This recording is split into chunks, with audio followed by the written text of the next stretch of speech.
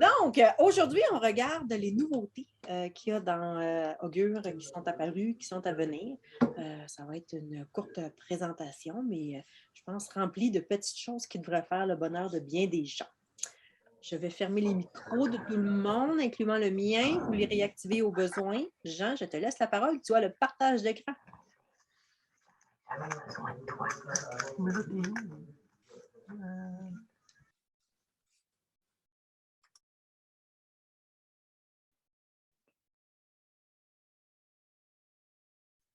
On va enlever un peu, un peu.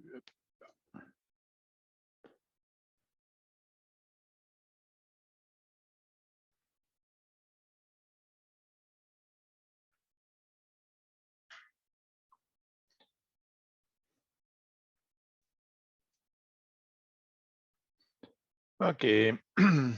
Première petite chose, on a glissé un mot l'autre jour dans le dossier client.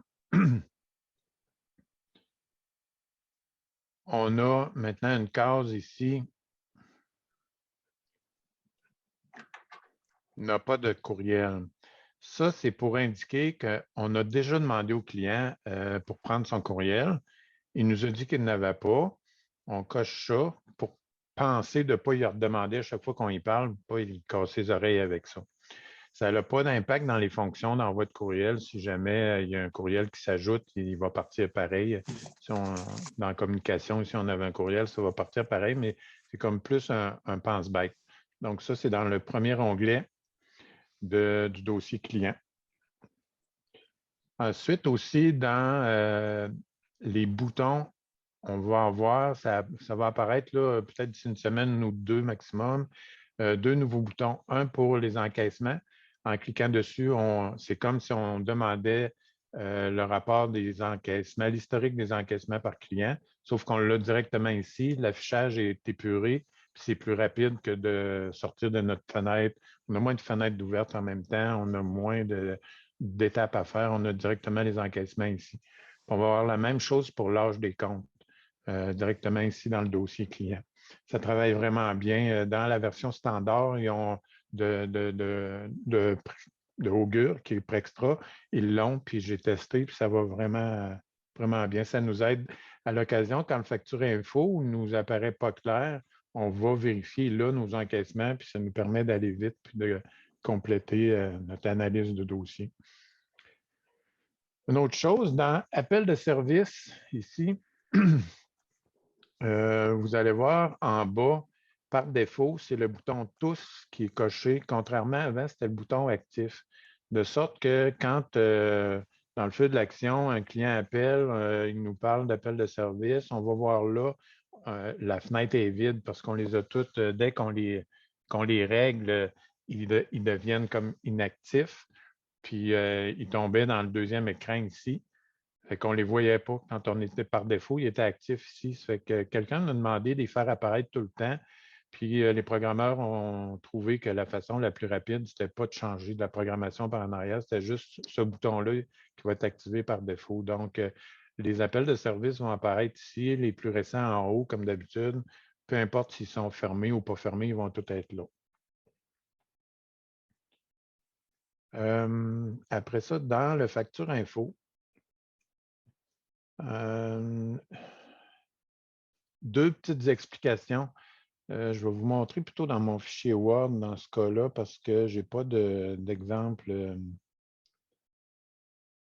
Où est-ce qu'il est? Pas celui-là.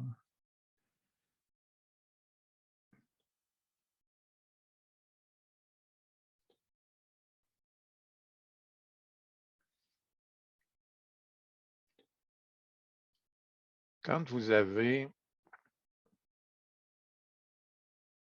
dans le facture info, comme ici, comme on voit ici avec les flèches et une étoile à côté d'une référence d'encaissement. Ça, qu'est-ce que ça veut dire? Ça veut dire que l'encaissement n'est pas entièrement appliqué sur une facture.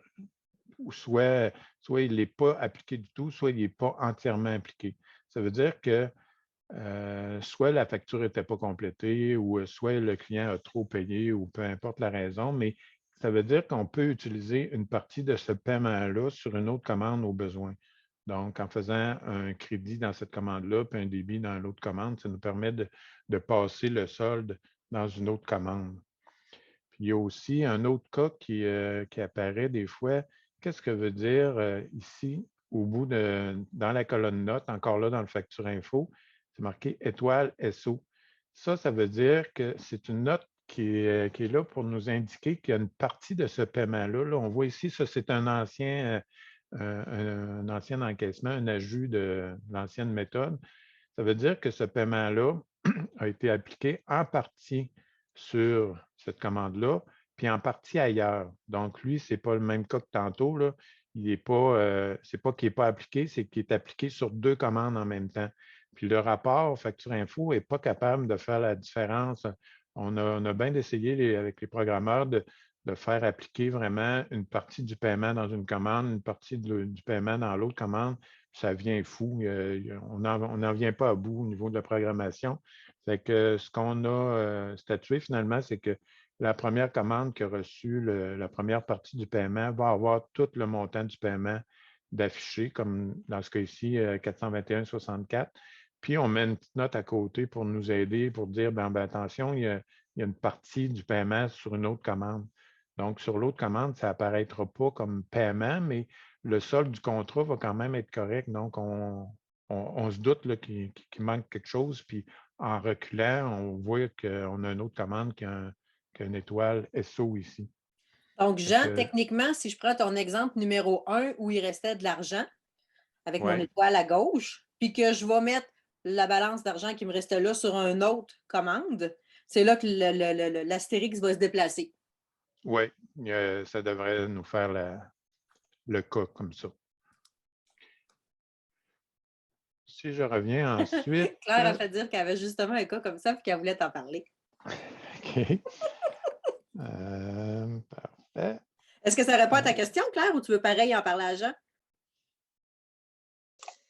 C'est parce qu'en fait, je vais essayer de comprendre parce que j'ai un client que ça dit qu'il est en moins dans son dossier, mais le montant qui est en moins, là, j'ai comme trois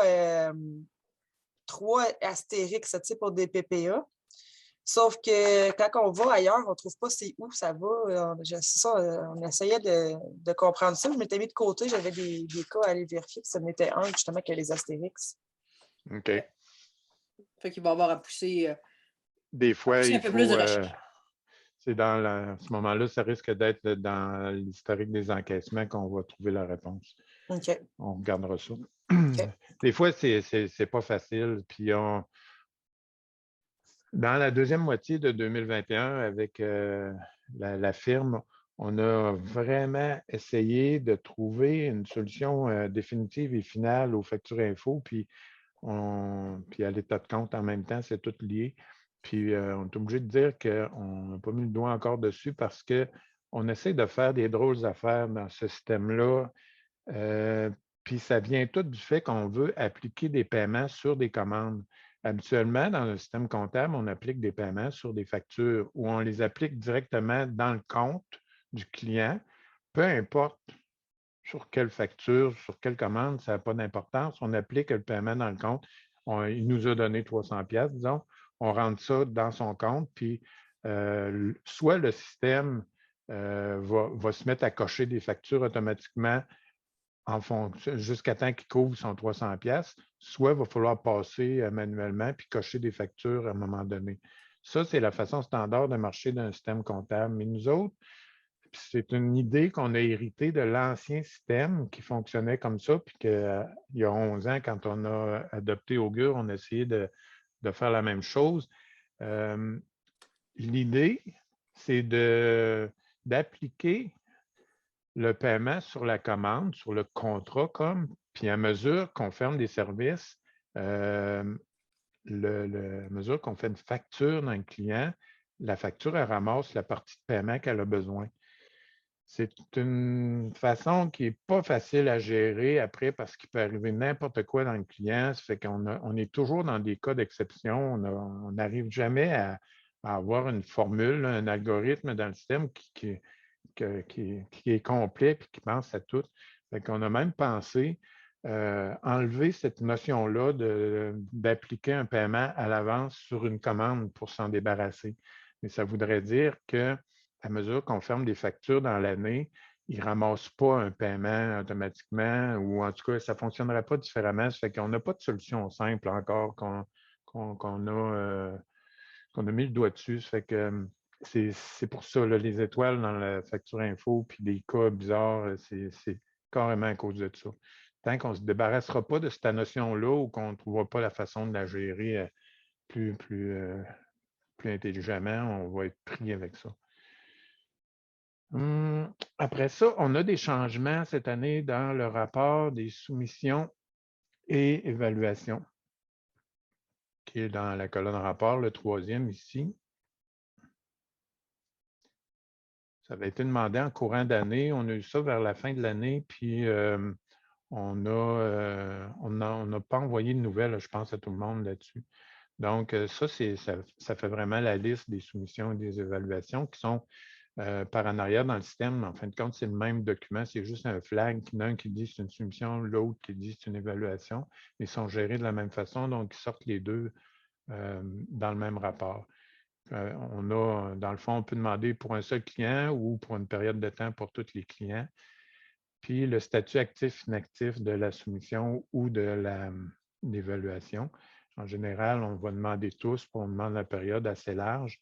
Je vous montre qu'est-ce que ça donne quand on le demande, parce que j'ai été voir à Botsford que je sais qu'il y avait plusieurs commandes, puis que je connais un petit peu le système. C'est-tu ce fichier-là? Oui. On va dire. Ouais. Ce qu'on a fait dans ce fichier-là, dans le fond, c'est qu'au début, on a la colonne qui nous donne le numéro de la soumission. Après ça, on a le statut de la soumission, actif ou inactif, le numéro de client, la date vendue. La date vendue, c'est la date vraiment qu'on a créé la soumission, l'évaluation. Après ça, on a une date de confirmation. Ça, c'est quand on change le statut. Tu me reprendras, Isabelle, là. Quand on change le statut de la soumission pour dire non, elle a été refusée ou oui, elle a été vendue, etc., là, il se met une date de confirmation. Tant qu'on n'a pas de date de confirmation, on a un nombre de jours qui se calcule aller à la date de ce qu'on demande le rapport. Comme aujourd'hui, par exemple, là, du 28 septembre à aujourd'hui, il y a 121 jours. Donc, la soumission n'aurait pas été réglée depuis 121 jours apparemment, mais d'un autre côté, elle a été désactivée dans le code de refus de soumission. Ça, c'est nouveau, ça apparaît maintenant ici, puis ça affiche la bonne chose. Donc, elle a été gérée dans le fond. Je ne sais pas pourquoi le 121 jours, c'est peut-être parce que ça a été ajouté par après dans le rapport. En tout cas, ici, on a le code de refus de soumission, c'est que la personne avait vendu à la maison. Après ça, on a le statut de la commande et la raison qui ont été ajoutées. On avait déjà le numéro de SO. Le numéro de SO, lui, il apparaît quand, seulement dans le cas des soumissions, oui. Si je me rappelle bien.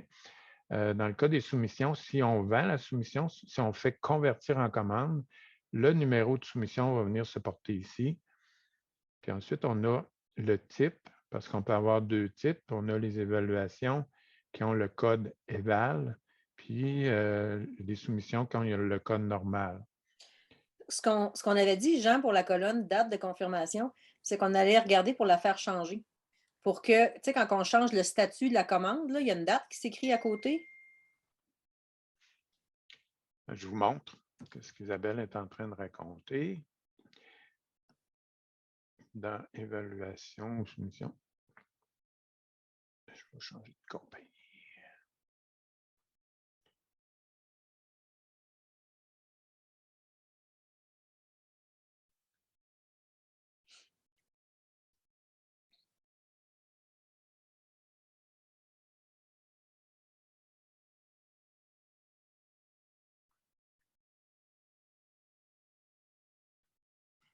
Grossis ton écran, s'il te plaît.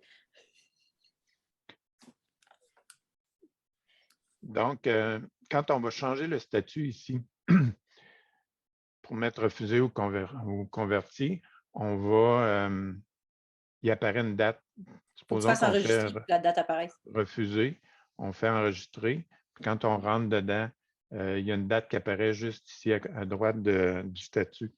On va s'organiser pour que ce soit cette date-là. On pensait que c'était plus logique que ce soit cette date-là dans la date de confirmation ici.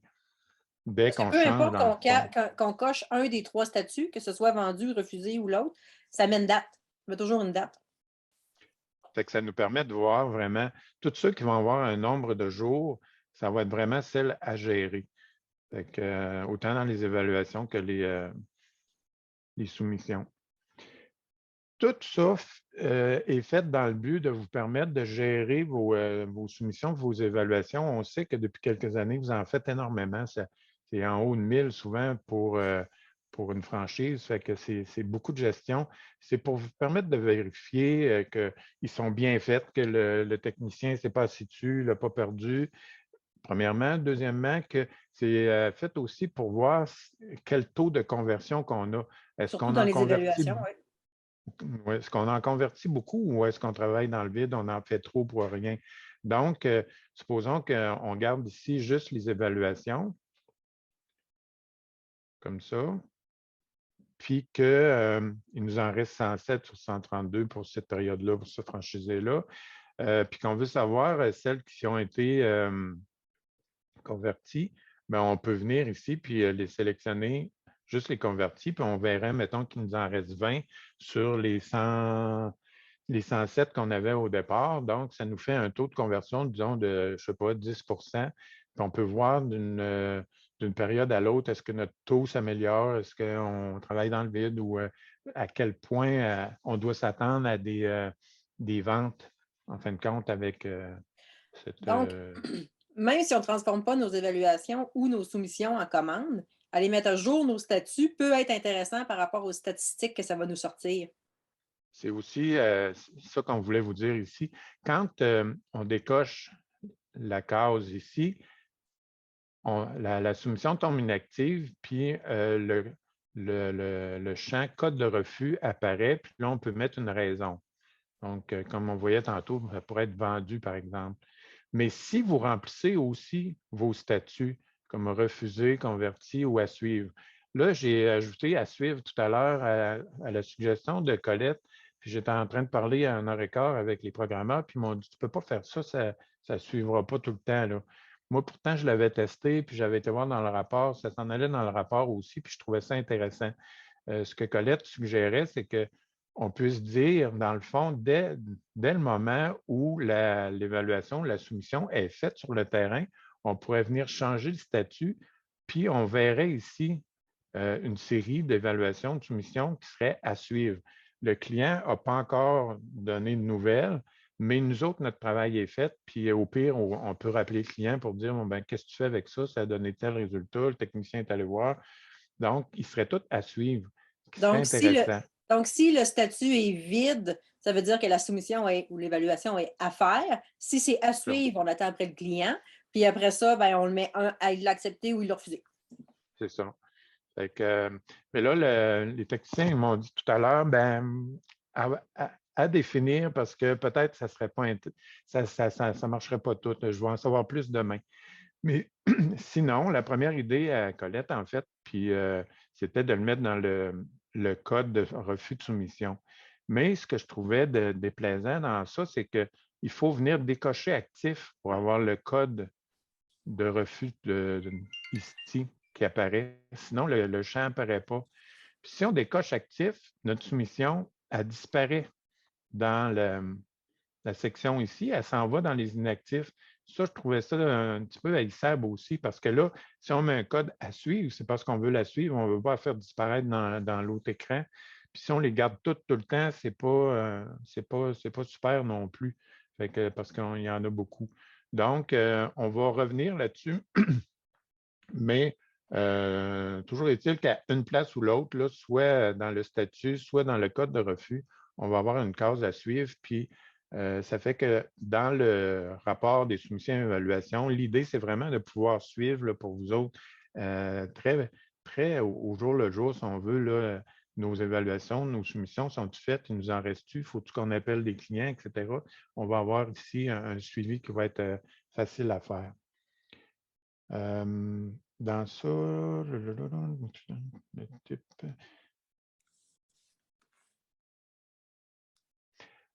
L'autre affaire, encore là, pour mieux faire nos soumissions, mieux les suivre, c'est qu'on a fait, ça vient de Pascal chez Nutri de Côte-Nord, qui avait essayé de mettre sur ses soumissions, supposons que j'en prends une qui a du stock dedans. Quand on imprime la soumission, sur les états de compte, sur les factures, sur les commandes, on peut mettre une note ici, une note dans les notes sur formulaire qui apparaît chaque fois qu'on imprime.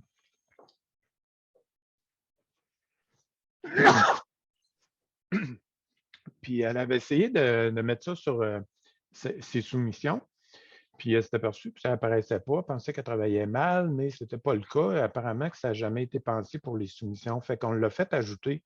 Donc, quand on va faire des soumissions, on va pouvoir mettre aussi une note sur le formulaire. Est-ce que tout le monde sait où mettre ses notes sur le formulaire? Je ne vois pas de tête. Montre-nous le Jean. OK. Je ne vois pas cette tête qui hoche oui. Donc, ça se passe dans l'onglet Nutrit. Dans les utilitaires, on a un menu qui s'appelle Notes sur formulaire. Vous voyez ici, on peut mettre plus qu'une note d'ailleurs. Vous voyez sur la commande, ici, il y a 2 notes de créer. Sur l'état de compte, il y en a une. Sur la facture de vente, il y a aussi 2 notes. La soumission. Vous voyez, on peut les créer, les notes sur formulaire pour les soumissions. On peut vraiment, là, en faisant le plus. Être créatif sur les messages aussi. C'est ça, on peut vraiment choisir ce qu'on a besoin, sur quel formulaire on veut. Tous les formulaires principaux de Prextra sont là. Donc, dans ce cas-là, c'est une soumission de vente. On peut mettre ensuite ce qu'on veut. On peut mettre un peu de gras, on peut faire un petit peu de mise en page. La soumission est valide 30 jours, les termes de paiement, etc. Exact. Mais sauf que ça n'allait pas se porter sur le formulaire comme tel. Il y a quelque chose qui a été oublié dans leur programmation. En tout cas, ça n'allait pas se porter sur la soumission. Dorénavant, on va l'avoir. Ça s'en vient dans une semaine ou deux, ça aussi, pas plus. Est-ce que tu peux nous montrer comment l'appliquer, peut-être en le montrant sur une facture? Parce que ça va être le même concept, j'imagine. Je vais te montrer un exemple qu'on connaît ici, que j'avais dans le fichier Word. Vous voyez, par exemple, ça, c'était un peu comme une facture. Donc, c'est les termes de paiement ici qui avaient été ajoutés. Puis, le client pouvait remplir sa carte de crédit, mettre les informations, puis renvoyer ça pour confirmer sa réponse. Donc, ça fait une espèce de carré tout le temps comme ça, dans lequel on fait notre texte puis notre mise en page. Puis, quand on a une note sur un formulaire, par défaut, ça s'affiche, mettons, sur les soumissions? Ou il faut lui dire de l'appliquer? Non, c'est ça. Quand on est dedans, dès qu'on coche actif ici, à partir du moment où on coche actif, toutes les nouvelles soumissions ou les nouvelles factures ou les nouvelles commandes, peu importe le formulaire, vont commencer à avoir le carré en question pour la note. Si on le décoche pour en faire juste une, par exemple, qu'on ne voudrait pas qu'il y ait le carré, ça va fonctionner. Mais puis même le cocher par défaut, ça sert à quoi, lui? Question suivante. Parfait. Je ne m'en rappelle pas. On a déjà répondu à ça, mais c'est quoi, non? Cocher par défaut. Je pensais qu'on pouvait choisir nos notes qu'on affichait sur nos... Oui, quand on en fait une, là, on ne pourra pas le voir parce qu'il faudrait que je fasse peut-être une commande, mais quand on fait une commande puis qu'on fait enregistrer, puis qu'il y a une note de créer, une ou deux notes, à ce moment-là, il y a un petit écran qui apparaît, puis qu'on peut aller choisir, dire je la veux pas. Là. Celle-là, oui, celle-là, non, ou pas pantoute. Ça, c'est, il me semble que c'est comme ça que ça fonctionne. Finalement, dernière petite chose, on a un rapport qui est ajouté ici qui s'appelle la liste des notes par client. Vous avez maintenant, pour la plupart, beaucoup de clients, des milliers. Vous avez beaucoup de notes par client. Puis à un moment donné, on veut faire du ménage là-dedans. Puis ce qu'on a fait, c'est un rapport qui montre aussi bien les notes qu'on voit ici, là, les rappels, là, si on veut, les petites notes jaunes. Donc, par exemple, le test, un rappel. Dans le fond, celui-là sert juste pour les rappels, principalement. Puis, les autres notes qui sont dans le rapport, c'est toutes celles qu'on écrit ici, dans le bouton Notes. Fait qu'à un moment donné, c'est bien de faire du ménage là-dedans, entre autres une fois par année. Ça m'était souvent demandé, puis je sortais ça à part dans la base de données. J'allais directement dans la base de données. Je faisais un mix de toutes sortes d'affaires, puis je ressortais ça dans un fichier Excel. Mais là, c'était demandé assez souvent qu'on a fini par créer un rapport qui nous le sort directement. Je l'avais tantôt pour vous montrer. Là, c'est pas ça.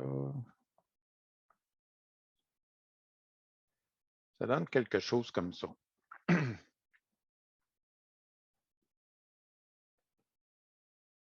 Donc, évidemment, c'est un gros rapport. Il y a souvent plusieurs milliers de lignes dans ce rapport-là. La façon que ça fonctionne, c'est qu'on a le numéro de client, le nom du client, le type de note. Comme ça peut être une note imprimable, pelouse, ou quand ce n'est pas marqué, souvent c'est les notes de rappel ou bref, on a le type de note qui est marqué. Ensuite, la date que la note a été créée, la description, le texte, la note comme telle, comme ici on voit 692 pieds carrés en avant, en arrière, au total, etc. On a le type de client. Puis quand c'est une note de rappel, on a la date de rappel ici.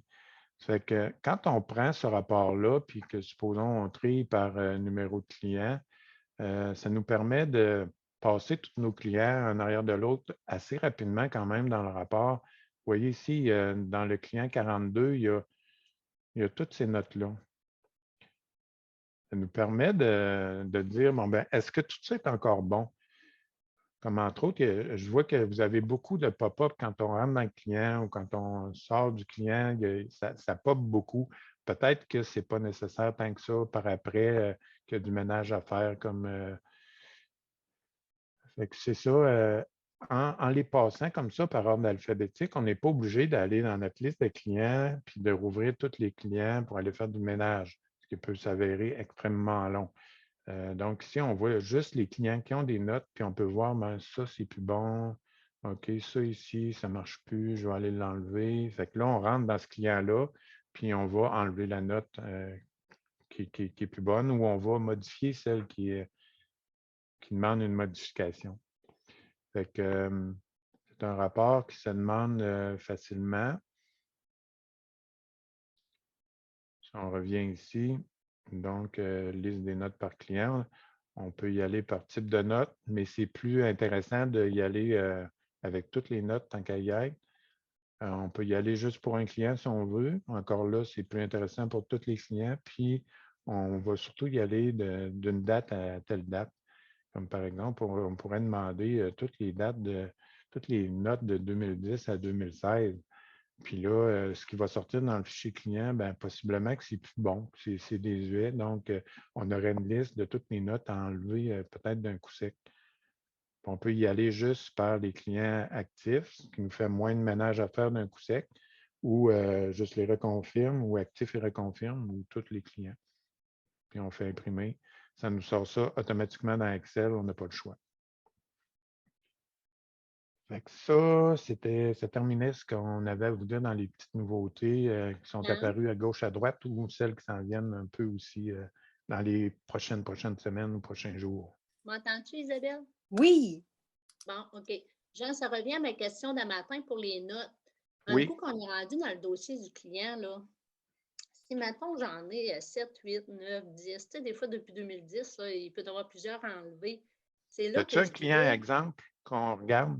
Non, pas en tête de même, mais en tout cas, mais mettons, là, tu sais, au lieu d'avoir la petite poubelle, là, il faut que tu confirmes que tu veux le supprimer. Puis là, tu reviens en bas, tu repasses la poubelle. Il ne pourrait pas avoir des petits crochets. Tu sais, à côté Comme de la ça ici, là. Tu vois-tu mon écran? Bon. Donc là, il faut que tu les coches une par une, puis tu fasses la poubelle. C'est ça? C'est ça. C'est ça. Tu sais, mettons, tu passes la poubelle, tu le supprimes. Là, il faut que tu retournes. Mais si ta liste est longue, on ne les voit pas nécessairement toutes. Tu sais, des fois, il faut que ça déroule en bas, là. Fait OK, que tu en moi, as je me vraiment disais, si beaucoup. on OK. avait des petites coches, puis dire, bon, elle part, elle part, elle part, puis après ça, on fait une poubelle, puis paf, ils sont partis, là, tu sais. OK. Ça diminuerait la lourdeur de la tâche. Parfait. Ça veut dire que toi, en moyenne, tu utilises beaucoup ça, tu en as toujours beaucoup, beaucoup dans un Ben client? non, j'en ai pas toujours beaucoup, mais on s'entend que le nettoyage a comme jamais été fait. Mais là, on se rend compte des fois qu'il y a des notes qui sont plus bonnes puis qui peuvent mélanger quelqu'un qui rentre dans le dossier puis qui lit ça vite. Oups, non, mais celle-là était plus bonne, c'est une vieille, tu sais. Fait que là, on s'est aperçu que des fois, oui, c'est bon de faire du ménage. Là, ben, il y en a des clients, effectivement, qui en ont beaucoup, tu sais, comme tu sais, les téléphones de collection, c'est sûr quand on fait, on Oui, met, oui, on met oui. des notes pour dire, bon, ben, je l'ai appelé telle date, il m'a dit telle affaire, mais tu sais, ces messages de 2010, 2011, là, on n'a plus besoin, là, tu sais. Fait que, tu sais, ça fait souvent des lourdeurs, tu sais, ça fait beaucoup, beaucoup de texte, dans le fond, là-dedans, là, qu'on pourrait supprimer, là.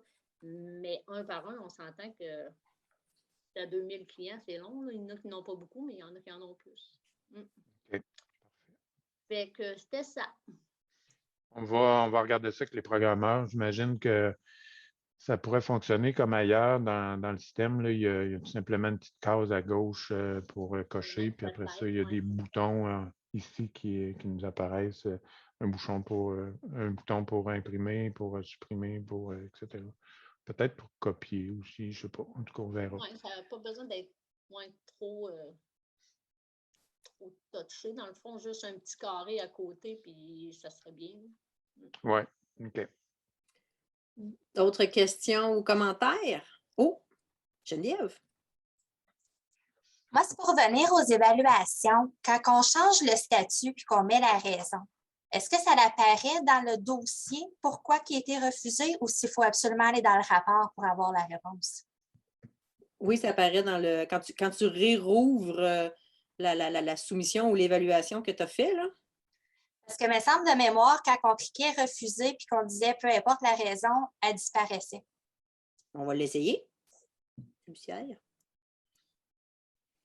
Si c'est ça, on va le faire corriger. C'est pas normal. Mais on a vu. Ou as-tu un client que tu te souviens, Geneviève? Non. OK. Bon, par exemple, ici. Dans évaluation. OK. Parce que là, on pouvait. J'en ai une, moi, dans le dossier 220-84, une évaluation qui est en cours. OK, on ira la voir aussi. Donc, c'est quand tu changes le statut ou quand tu changes la case ici en haut? Le statut, quand je mettais refusé puis j'écrivais dans la raison, en bas. OK. Puis là, si je faisais enregistrer,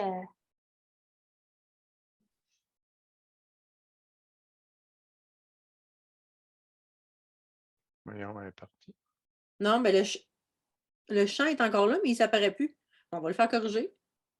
Non, mais je pense que ce n'est pas la même parce que j'avais mis refuser. Bon, ça, c'est 257. Ah ouais, puis elle est convertie. Fait que c'est pas elle, elle a pris le bord. ça me semble que c'est ça qu'il faisait. Il faisait juste disparaître du dossier, puis on n'avait pas l'historique de qu'est-ce qui s'était passé. Ben, comme tu l'as refusé, elle est tombée tombée inactive.